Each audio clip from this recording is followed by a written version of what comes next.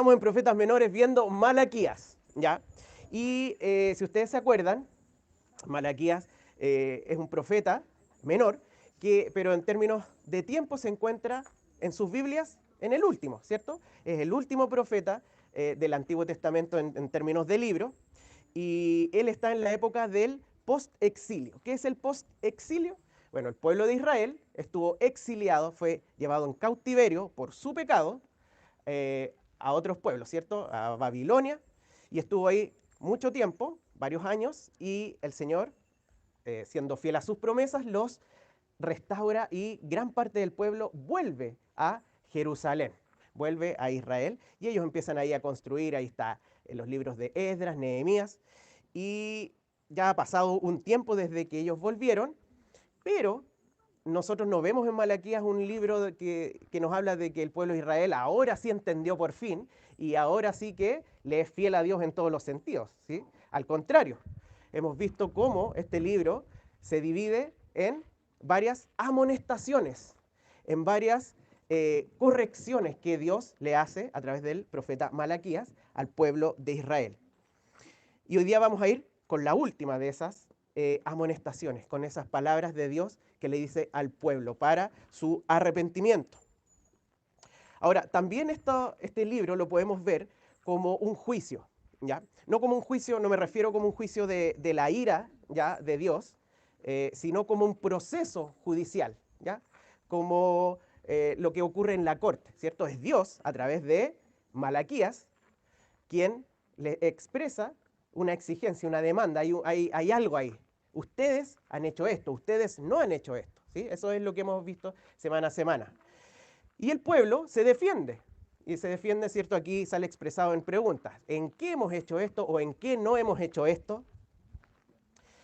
Y después Dios da una respuesta, ¿sí? Esa ha sido más o menos la estructura. Y es súper importante esto, porque lo que Dios le dice al pueblo es lo que Él demanda, es una exigencia que Dios tiene sobre ese pueblo. Entonces, teniendo esta figura de este proceso judicial ahí, vamos a irnos al texto. Vamos a ir Malaquías 3, del 13 al 18. Hoy día vamos a terminar el capítulo 3, después para las otras semanas, o no sé si una o dos, pero van a quedar el capítulo 4, que es cortito. Vamos a leer todo el texto y de ahí nos vamos a enfocar en los versículos. Dice: vuestras palabras contra mí han sido violentas, dice Jehová. Y dijisteis, ¿qué hemos hablado contra ti?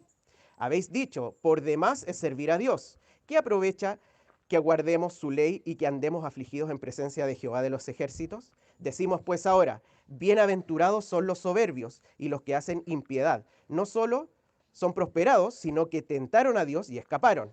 Entonces los que temían a Jehová hablaron cada uno a su compañero, y Jehová escuchó y oyó. Y fue escrito libro de memoria delante de él para los que temen a Jehová, y para los que piensan en su nombre. Y serán para mí especial tesoro, ha dicho Jehová de los ejércitos, en el día en que yo actúe, y los perdonaré, como el hombre que perdona a su hijo que le sirve. Entonces os volveréis y discerniréis la diferencia entre el justo y el malo, entre el que sirve a Dios y el que no le sirve. Entonces, esta es esta parte del alegato, ¿cierto? Lo que Dios está demandando del pueblo. ¿Y qué es lo que Él dice? Es algo tremendo. Él dice, vuestras palabras contra mí han sido violentas. ¿Sí? Hay otras versiones que dicen duras. Hay otras que dicen insolencias. Han dicho palabras terribles contra mí.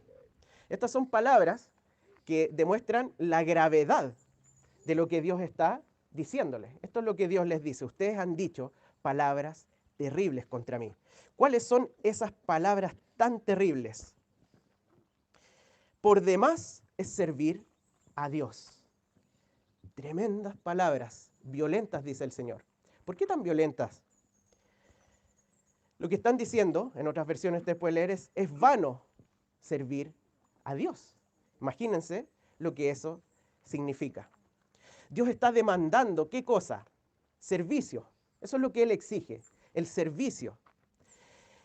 Y esto es verdad para toda la humanidad, ¿sí? ¿Por qué? Porque Él es nuestro creador y nosotros somos sus criaturas y le debemos servicio a Él. Pero fíjense que esta palabra de amonestación Él no la está dando universalmente, se la está dando a su pueblo.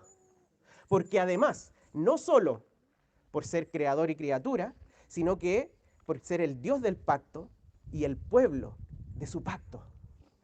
¿Sí? No solo Dios es creador, sino que además Él los rescató de Egipto.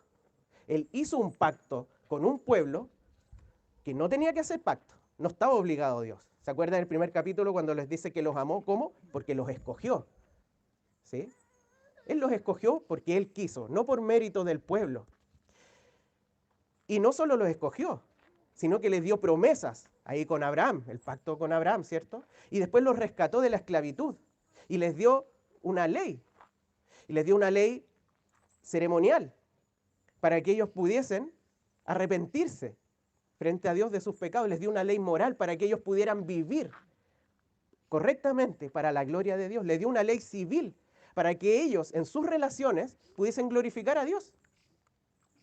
Les dio todo eso a ese pueblo. No se lo dio a toda la humanidad. Aún así, toda la humanidad debe servir a Dios. Pero es más grave todavía, porque hay un pueblo escogido a quien Dios hizo pacto. ¿Se acuerdan ahí en el Éxodo? Cuando da las leyes, y ahí el pueblo dice, sí, haremos todas estas cosas. Y allá no pasa ni un capítulo, unos cuantos versículos, y ya lo dejaron de cumplir. Dios estableció entonces este pacto condescendientemente, porque no tenía que hacerlo. Y este juicio que se está llevando a cabo es en relación a ese pacto. Yo hice un pacto con ustedes. Ustedes deben entonces servirme, porque yo los he salvado, porque estaban todos condenados. ¿Dónde está mi servicio? Como en otras, ¿se acuerdan? En otra de las amonestaciones dice, ¿dónde está mi honra? ¿Dónde está mi gloria? ¿Dónde está mi honor? ¿Dónde está mi servicio? Eso es lo que corresponde. Eso es lo justo. ¿Sí? Eso es lo justo. Entonces, vamos a ver tres cosas acá durante esta prédica. Primero, que Dios exige la demanda de Dios del servicio. Eso es lo que Él está exigiendo. Muchas veces tendemos a entender el servicio como algo de nosotros. Es como que, pucha, se me ocurrió a mí servir a Dios. Y qué buena idea que tuve. No, es lo que es justo. Por quien es Dios, Dios creador, pero también porque Él es nuestro Dios redentor, quien nos salvó. Primer punto, entonces, la demanda de Dios es servicio. Segundo punto que vamos a ver, ¿cuál es la respuesta del ser humano? ¿Cuál es la excusa que pone para no servir? Y en tercer lugar, la respuesta de Dios a aquellos que sí le sirven. Esos son los tres puntos que vamos a ver hoy día. Pero me interesa que tomemos el peso de lo que significa que servir a Dios es justo. Porque que servir a Dios sea justo quiere decir que no depende de otras cosas nuestro servicio, que no depende de nuestras circunstancias, que no depende de si a mí me va bien o me va mal. Por el simple hecho de que Dios es Dios y yo soy su criatura y que Dios es mi Salvador y que yo soy su Hijo amado que ha sido salvado por Él, yo le debo servicio. Pablo decía, somos deudores, pero no la carne. ¿Sí? ¿Cuánto le pagamos a la carne en vez de a Dios? No tiene que ver con que si yo tengo ganas de servir. No es como que si hoy día me apetece servir. Eso es lo justo. ¿Sí? Ahora, es interesante, porque ¿qué es lo que? Esa es la primera, ¿cierto? La primera frase. Ellos dicen, es vano servir a Dios. Está de más. Eso es lo que ellos dicen. No vale la pena servir a Dios. ¿Qué aprovecha? Dicen. ¿Qué aprovecha que guardemos su ley y que andemos afligidos en presencia de Jehová de los ejércitos? Y aquí hay algo muy interesante porque nos da luces de a qué se refiere con servicio. No está hablando solamente de las acciones de servicio, ¿sí? Está hablando de algo mucho más profundo, de algo del corazón, que tiene que ver con obedecer la ley, que sí incluye las acciones de servicio, ¿cierto? El amor al prójimo, las cosas prácticas, el servicio, digamos, en la iglesia, en el hogar, pero es obedecer la ley. Y el otro dice andar afligido en la presencia de Dios. Es decir, cuando no podemos cumplir la ley, arrepentirnos frente a Dios. ¿Sí? Están estas dos cosas. Y eso es lo que este texto dice que es el servicio. Entonces a veces nuestro servicio es simplemente las cosas que yo hago, pero nuestro corazón, nuestra obediencia a la ley, nuestra vida de constante arrepentimiento, no está presente. ¿Sí? Entonces es interesante y vamos a estar reflexionando harto de esto. Entonces lo que Dios está diciendo, ¿qué es lo que Dios está demandando de su pueblo del pacto? Él está diciendo, ¿dónde está mi obediencia a la ley? Y cuando no pueden obedecer, ¿dónde está el arrepentimiento? Eso es lo que Él exige, eso es lo justo. ¿Sí? Pero esta pregunta está al revés. ¿Sí? Es lo que el pueblo está diciendo. Esto es sumamente importante. Porque hablando de la obediencia y del arrepentimiento, no es principalmente, y quiero que quede bien clara la palabra, no es principalmente porque nos haga bien a nosotros. No es que no nos haga bien a nosotros, nos hace bien a nosotros. Pero principalmente es porque es justo delante de Dios. Obedecerlo es justo. Y eso es suficiente para que debamos obedecer. Arrepentirnos es justo. No principalmente porque nos trae beneficios a nosotros. Sí los trae. Pero principalmente es porque es justo. ¿Y por qué es justo? Porque Cristo murió por esos pecados. Ahí está la justicia. Si no vivimos vidas de arrepentimiento, hacemos vana. Y ahí sí está bien esa palabra. Hacemos vana la cruz de Cristo. Porque Él murió por todos los pecados de nosotros. No solo los pasados, sino todos los pecados de su pueblo.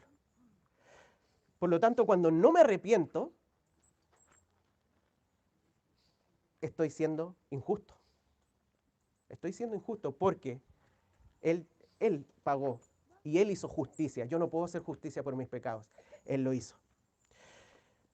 Por lo tanto, lo que Dios está hablando acá a través del profeta es, este tema del servicio es adoración, adoración completa, adoración de vida.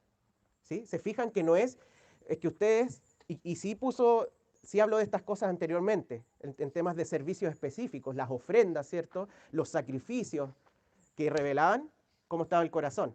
Pero aquí nos le está diciendo dónde está, por qué no fueron a, no sé, a trapear el piso ahí en el templo, en los atrios. ¿Por qué no han ido a ordenar el atrio? ¿Sí? ¿Por qué no? Porque, miren, tienen todo el templo sucio. ¿Por qué no han ido a servir? No es eso. ¿Sí?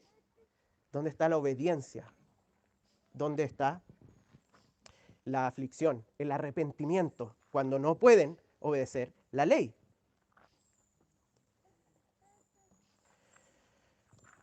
Entonces es adoración. Entonces cuando hablemos de aquí en adelante, cuando hable de servicio, vamos a entender lo que es obedecer a la ley y arrepentimiento cuando no la podamos obedecer. ¿Sí? Entonces la pregunta hoy día es, ¿le debemos obediencia a Dios? ¿Le debemos arrepentimiento? Cuando obedezco, porque obedezco. ¿Sí? ¿Por qué obedezco? Porque se supone que sí, porque yo sé que igual algo me va a caer, algo va a llegar aunque sea a largo plazo, porque es bueno para mí, sí, pero no es no es la principal razón. Es porque es justo delante de Dios. ¿Por qué me arrepiento? Porque si me arrepiento el Señor me va a bendecir, po. Y es muy probable que sí, pero principalmente porque es justo delante de Dios, porque Él envió a su Hijo para morir por nuestros pecados. Entonces, no arrepentirse cuando evidentemente hemos pecado, terrible, son violentas palabras. Quizás no las proferimos con nuestra boca, pero nuestros actos hablan violentamente contra Dios, porque obedecemos, porque nos arrepentimos. Segundo punto, ¿cuál es la excusa? ¿Cuál es la razón? ¿Cuál es la defensa del ser humano, que básicamente es la misma pregunta, solo que yo la tomé al revés, ahora para explicar qué es lo que demandaba Dios. Ahora, ¿qué es lo que ellos dicen? Bueno, servirte es vano, no sirve para nada, está de más, no vale la pena. Porque ¿qué aprovecha? ¿Cierto? Y fíjense en esta palabra, ¿qué aprovecha? Lo que hablamos es que el servicio, lo que hablamos anteriormente, el arrepentimiento y la obediencia es lo justo. Ese es el centro. Pero ¿cuál es el centro acá? ¿Qué provecho saco de esto? ¿Dónde está el foco? En nosotros, en ellos mismos. Y bueno, ¿y qué gano yo con obedecerte? ¿Qué gano yo cuando me arrepiento, Señor? ¿Se fija en el foco? ¿Cómo está diferente? No hay un foco puesto en el Señor. Es, bueno, ¿qué es lo que yo saco? Ahora, el contexto histórico y lo que ellos estaban viviendo tenía mucho que ver con esto. De hecho, también no sé si se acuerdan ahí en el capítulo 2, hay una parte cuando él responde que va a enviar un mensajero antes, le decían, oye, tú eres injusto, porque a los que hacen mal les va bien. Y ahora va a retomar eso, ¿sí? Entonces ellos estaban experimentando y ellos veían cómo a los que son malos, impíos, a los que abusan, a los que han sacado ganancias deshonestas, les va súper bien. Y además no les pasa nada, ¿sí? Y nosotros, que somos tu pueblo y que estamos ahí haciendo las cosas bien, nos va como la mona, ¿sí? Entonces, eso lo dejó ahí en el capítulo 2 y ahora lo retoma en esta última amonestación. ¿Qué provecho saco de obedecerte, Señor? El foco no está puesto en el Señor y que es justo hacerlo, sino que está en el beneficio personal.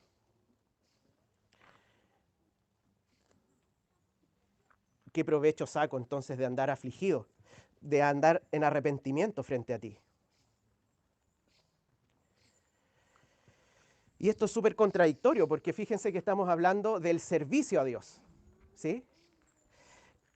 Y se entiende este servicio a Dios, esta obediencia y este arrepentimiento casi en términos de rentabilidad. Bueno, ya, Señor, está bien, pero ¿cuál es el retorno aquí? ¿Cuánto se me devuelve? ¿Sí? ¿Qué tan beneficiado? Y creemos que la relación con Dios es casi de par a par. Es como ya, yo, yo obedezco, pero que viene de vuelta. ¿Sí? Y entendemos ese pacto que hablamos al principio como si hubiésemos negociado con Dios y hubiésemos llegado a un consenso, un acuerdo en donde yo doy y el Señor me tiene que devolver. Y no entendemos que no fue así, porque ni siquiera queríamos acercarnos al Señor. Él se tuvo que acercar a nosotros, a hacer un pacto con nosotros, como pueblo de Dios me refiero, ¿cierto? A hacer un pacto,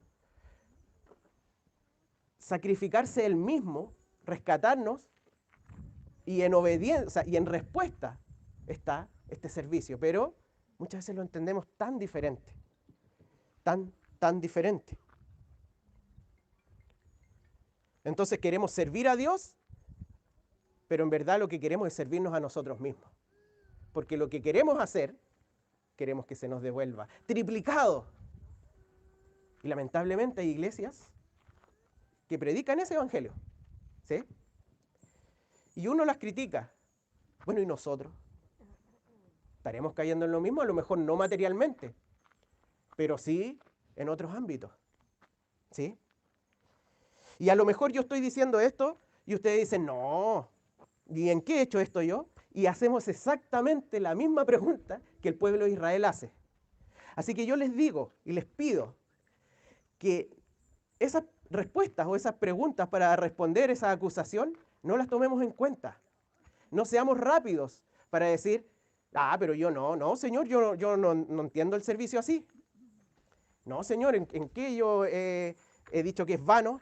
Quizás no lo hemos proferido, quizás no lo hemos dicho con palabras, pero ¿cómo están nuestros actos, nuestras motivaciones?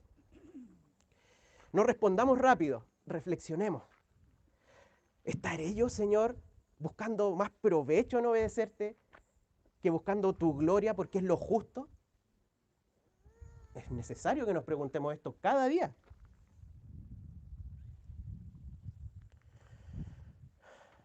Porque hay tantas situaciones que nosotros vivimos que son tan diferentes a lo que Israel vivió ahí, pero sin embargo responden a lo mismo. ¿Sí? ¿De qué me sirve, Señor, no estar en yugo desigual si no me provees una pareja cristiana? ¿Sí? ¿De qué me sirve? ¿Qué gano yo? ¿O de qué me sirve abstenerme de la inmoralidad sexual si tú no estoy casado, no me has provisto de alguien para vivir mi sexualidad en el diseño del matrimonio? Y puede ser al revés la pregunta, ¿cierto? O la lógica. Como no me has provisto, entonces, ¿sí? ¿Qué es lo que estamos diciendo? Lo mismo que los israelitas, es vano servirte. Y eso son palabras violentas a Dios, son terribles. No lo decimos con nuestra boca. Probablemente nadie ha dicho, Señor, es vano servirte. Pero nuestra vida, nuestras acciones, pucha que hablan. ¿Sí? ¿De qué me sirve amar a mi esposa si igual ella no se sujeta y hace lo que quiere? ¿Sí? ¿De qué me sirve, Señor, entonces? Chao. ¿De qué me sirve sujetarme a mi esposo si igual él no me demuestra amor?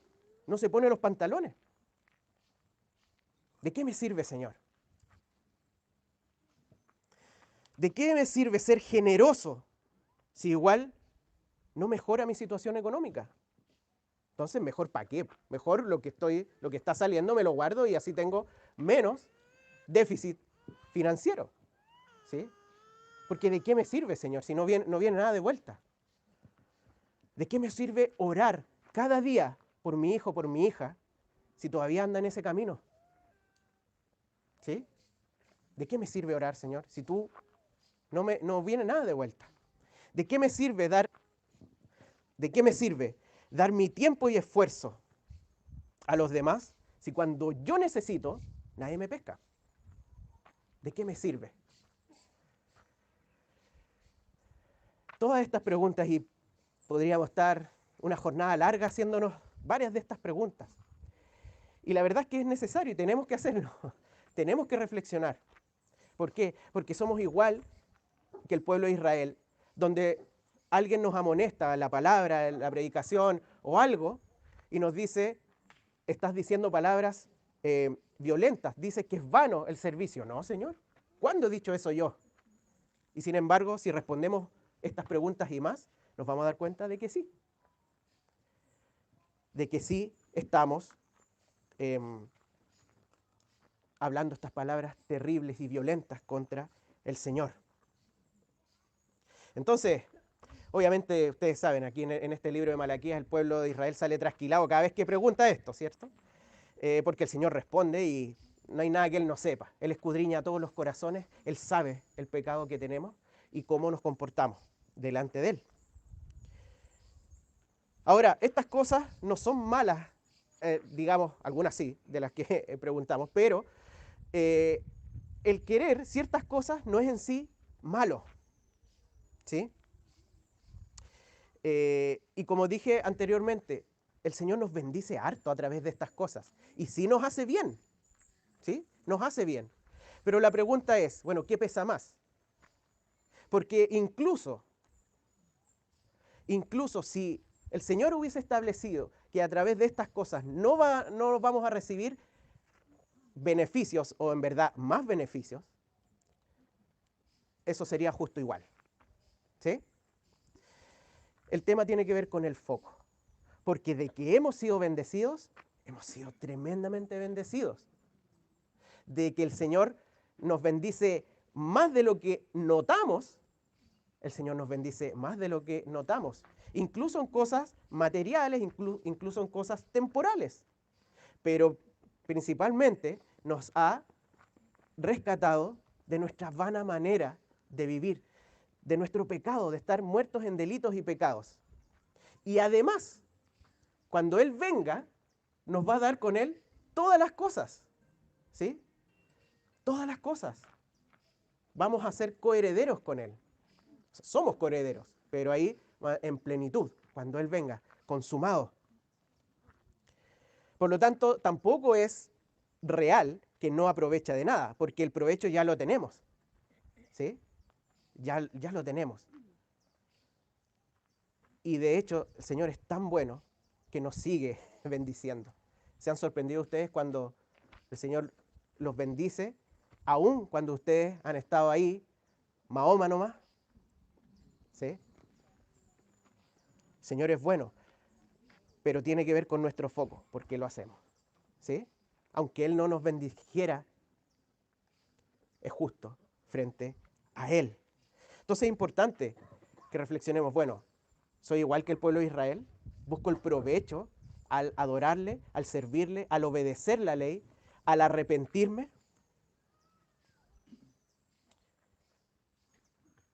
Esa es la, vamos hasta la respuesta, ¿cierto? Esa es la respuesta que da el, el ser humano. Y viene otra parte. Fíjense que este foco los lleva a qué? A envidiar ahora. ¿A quiénes? A los soberbios y a los impíos, a los que hacen impiedad. Dice, decimos pues, ahora, bienaventurados son los soberbios y los que hacen impiedad. No solo son prosperados, sino que tentaron a Dios y escaparon. Fíjense a lo que los lleva a este razonamiento, esta lógica. En verdad, bienaventurados, dichosos, ¿sí? Haciendo lo malo y no les pasa nada. Ellos tienen prosperidad, dice ahí, ¿cierto? No solo son prosperados, sino que están impunes con todo lo que hacen. La pregunta ahí es, ¿envidiamos a los inconversos? No, nuevamente, no respondamos rápido, reflexionemos. A lo mejor no envidio a la persona en ser esa persona, pero estamos hablando de los beneficios que trae ser como esa persona, el provecho, ¿sí? En el trabajo. Oye, yo hago todo bien y llevo en el mismo puesto no sé cuántos años y el que anda haciendo todos los chanchullos está por ahí arriba y ahora me mandonea más encima, ¿sí? Qué injusto. Es una sensación de injusticia, eso es lo que vivía Israel. Pero el Señor dice que estas son palabras violentas, terribles contra Él. ¿Sí? Entonces el problema no era solo que menospreciaban el servicio a Dios, sino que apreciaban a los malos o los beneficios que se venían de ellos, porque ellos conseguían aquello que de alguna manera su corazón anhelaba, ¿sí? Y que nuestro corazón muchas veces anhela. ¿Qué provecho buscamos ahora? No del servicio a Dios, sino que del pecado, ¿sí? Porque una cosa es desear que el Señor nos devuelva algo y lo otro es irnos por el camino del pecado buscando ese provecho, ¿sí? Que es lo que ellos dicen. ¿Qué provecho buscamos del pecado? Muchas veces, en el primer ejemplo, la primera pregunta que vimos, esto del yugo desigual, ¿sí? Preferimos muchas veces un placer sexual inmediato, ya sea con pareja no cristiana, con relaciones sexuales antes del matrimonio, con pornografía y con la inmoralidad sexual. ¿Cuánto preferimos ese placer inmediato a glorificar a Dios en pureza y santidad? ¿Sí? Y eso es, saqué un provecho. ¿De qué aprovecha mi pureza sexual, Señor, si tú no me provees cómo vivirla en el diseño que tú has hecho? Entonces mejor acudo al pecado, porque el pecado me da ese provecho que en verdad estoy buscando, que tiene que ver conmigo, que tiene que ver con mi hambre, que tiene que ver con mis deseos pecaminosos. ¿Se entiende? Entonces, la reflexión no es solo cómo hago vano y cómo busco el provecho en mi servicio, sino qué tanto provecho estoy buscando en el pecado. Porque finalmente, ¿por qué pecamos? ¿Por qué pecamos? O en esos momentos en donde uno decide pecar. ¿Por qué pecamos? Porque consideramos que lo que obtenemos de eso es mejor que lo que obtenemos al buscar la gloria de Dios. Es así.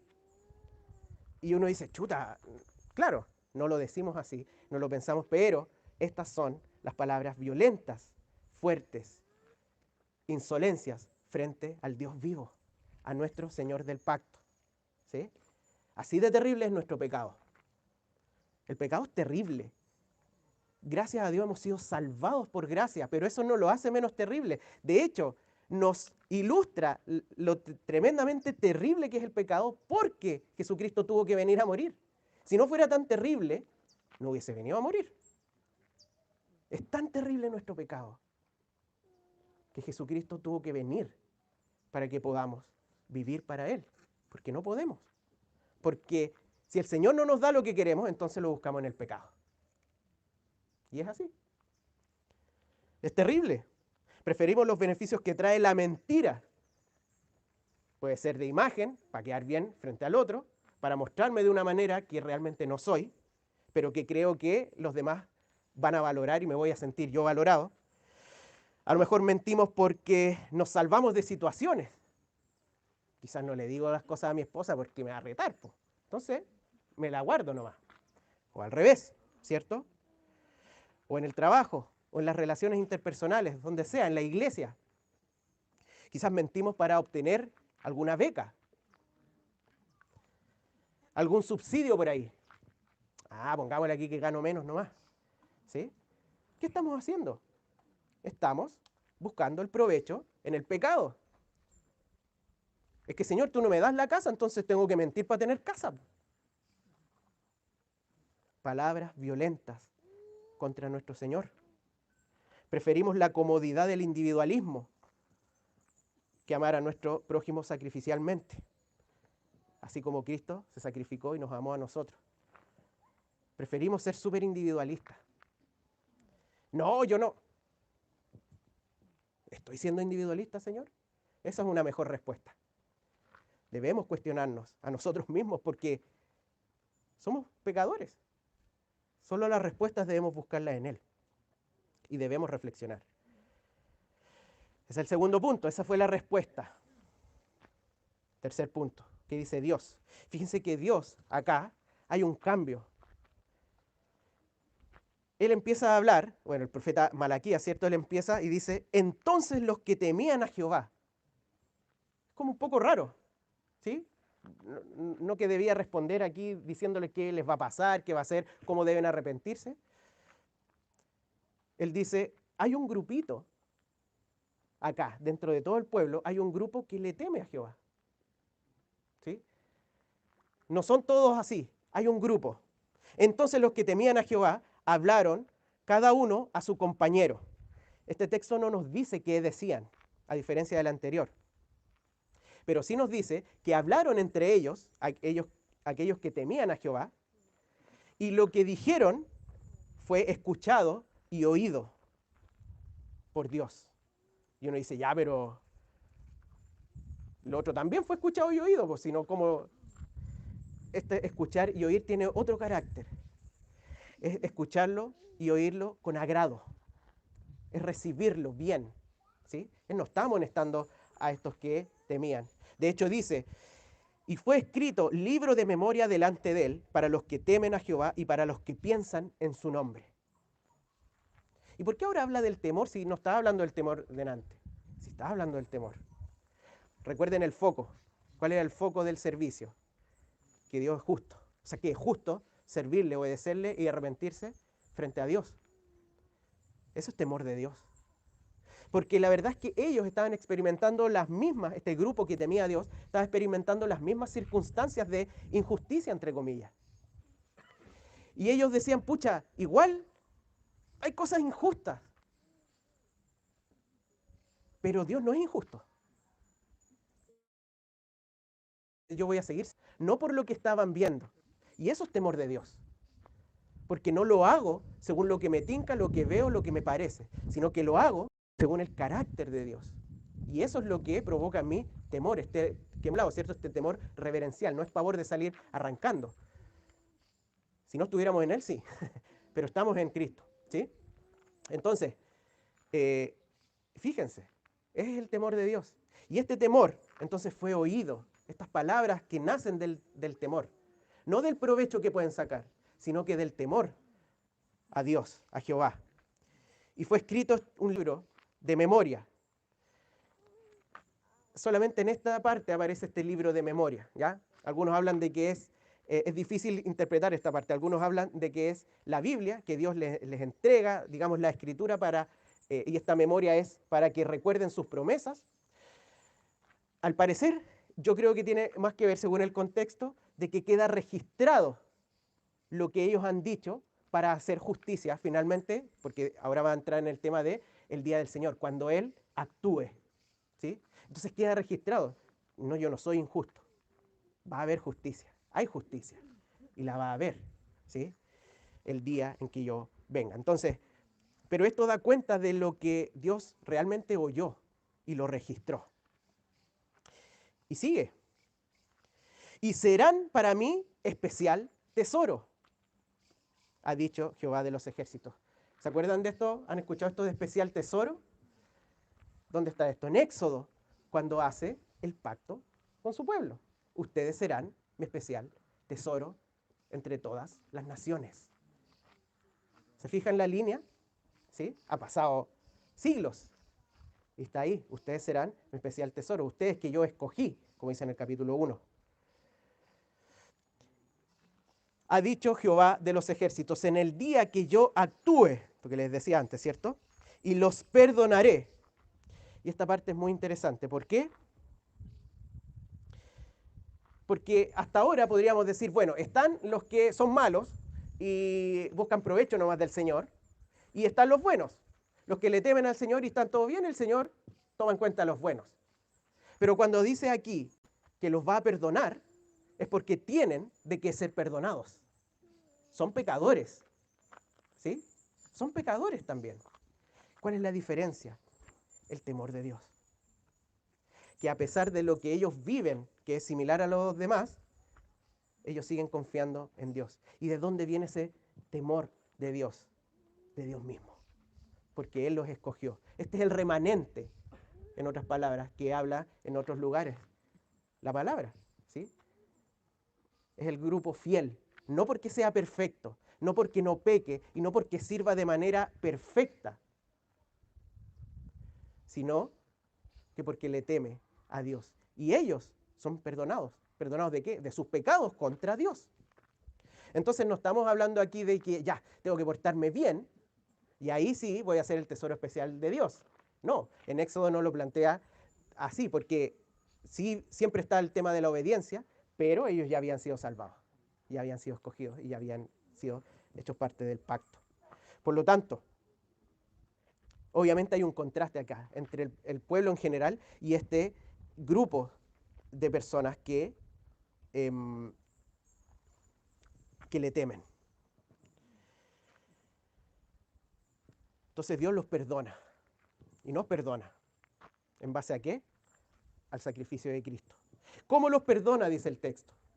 Los perdona como un hombre perdona a su hijo que le sirve. De nuevo el término, de nuevo el servicio. Y uno dice, pucha, pero ¿cómo el papá va a perdonar al que le sirve y no al que no le sirve? Hoy día es complejo entender esto, porque hoy día es como el hijo no le debe mucho al papá, a los papás, a los padres, ¿sí? Es solamente mi responsabilidad el criar a mi hijo y darle todo a él. Él no, sí, tenemos los padres responsabilidad, pero fíjense, si nos vamos más atrás, Dios dice, yo soy padre, ¿dónde está mi honra? De los hijos, ¿cierto? Haciendo esta figura con Israel. ¿En qué sustenta esa exigencia de honra? En la relación, ¿sí? Entonces, la relación de un padre y un hijo demanda servicio. Es así. Hoy día es difícil en la cultura en que vivimos, pero Dios ha establecido estas relaciones de padres, tienen autoridad sobre los hijos y los hijos deben obedecer y respetar a sus padres. Eso sale, por ejemplo, en Efesios, ¿sí? Entonces, el hijo que sirve es aquel que cumple con lo que es necesario ahí en esa relación. Y nuevamente está esta palabra, el que sirve, recordando que es arrepentimiento y obediencia.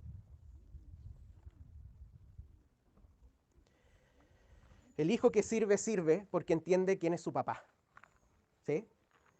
Porque entiende quién es su padre y cómo es la relación ahí. El temor de Dios tiene que ver con eso. No podemos temer a un Dios que no conocemos, ¿sí? Porque tiene que ver con su carácter, con lo terrible que es por un lado, y con lo maravilloso, amoroso, lleno de gracia y misericordioso, que es por otro.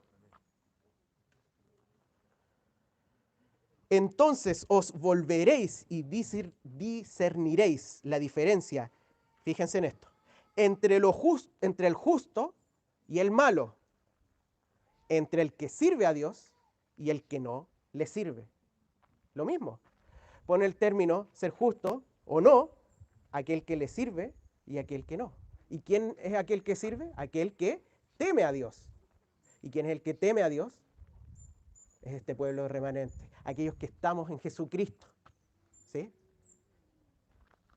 Aquellos que confían en Dios, que la salvación viene de Él. Porque uno dice, bueno, aquí no estaba Jesucristo, no había venido. Pero ellos confiaban en las promesas y que Dios salva, ¿sí? Por lo tanto, el servicio, ¿debemos esforzarnos en servir? Sí, pero viene como consecuencia de lo que el Señor, lo que Dios ya ha hecho por nosotros. Y de eso se trata el pacto. El pacto que Dios hace con nosotros es, ustedes no pueden salvarse, no me pueden servir, no pueden ser buenos, no pueden glorificarme. Así que yo voy a ir, voy a morir por ustedes, para que ya no tenga que pagar por ese pecado, para que ya no sean esclavos del pecado, para que ahora estén capacitados para vivir para mí y para glorificarme y para servirme. Y además les mando mi espíritu para que el espíritu los guíe a que puedan vivir de esa forma. Y ahí es donde nos amonesta. Entonces, ¿dónde está mi servicio? ¿Sí? Tenemos una participación, sí, pero después que el Señor hizo todo, lo hizo todo por nosotros.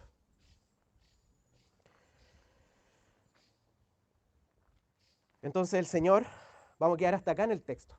Después viene el juicio, viene aquel día que empieza a hacer referencia aquí y que ya lo dijo también en un capítulo anterior. Viene aquel día, el día del Señor. Pero por ahora se enfocó en los que le temen a Dios, ¿cierto? Van a ser su especial tesoro, van a ser perdonados.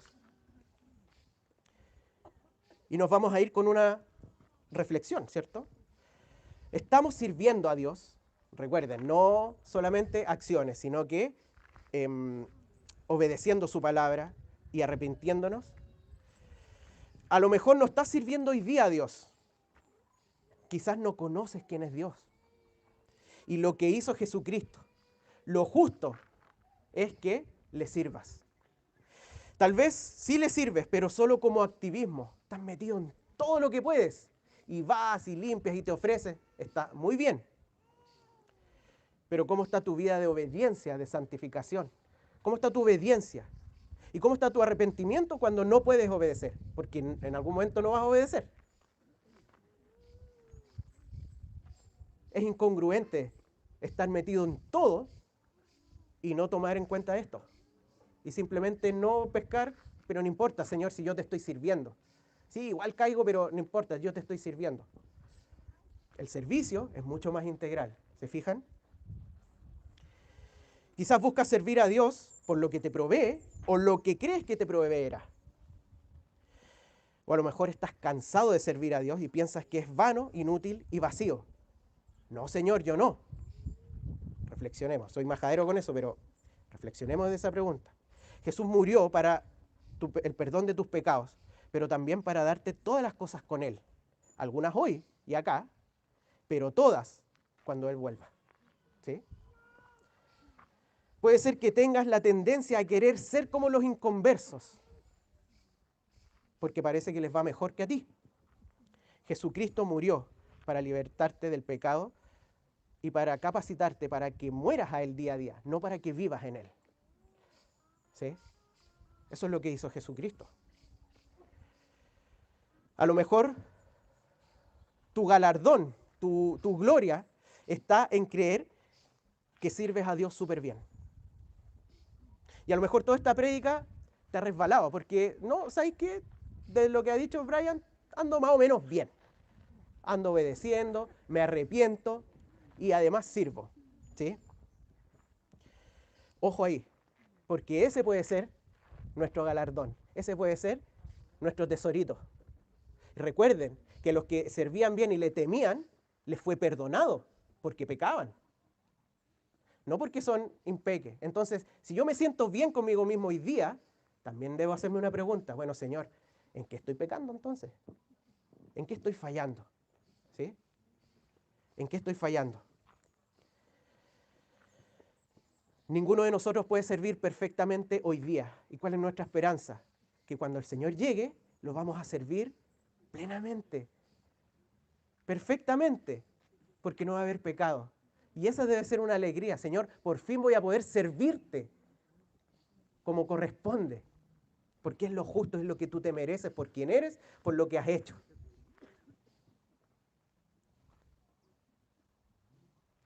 Reflexionemos en cómo está nuestro servicio, pero también miremos a Jesucristo, porque las buenas noticias nos dicen que en Él podemos servirlo como corresponde. Si tienes dificultades para obedecer la palabra, si tienes dificultades para arrepentirte, quizás es porque estás primero buscando provecho para ti.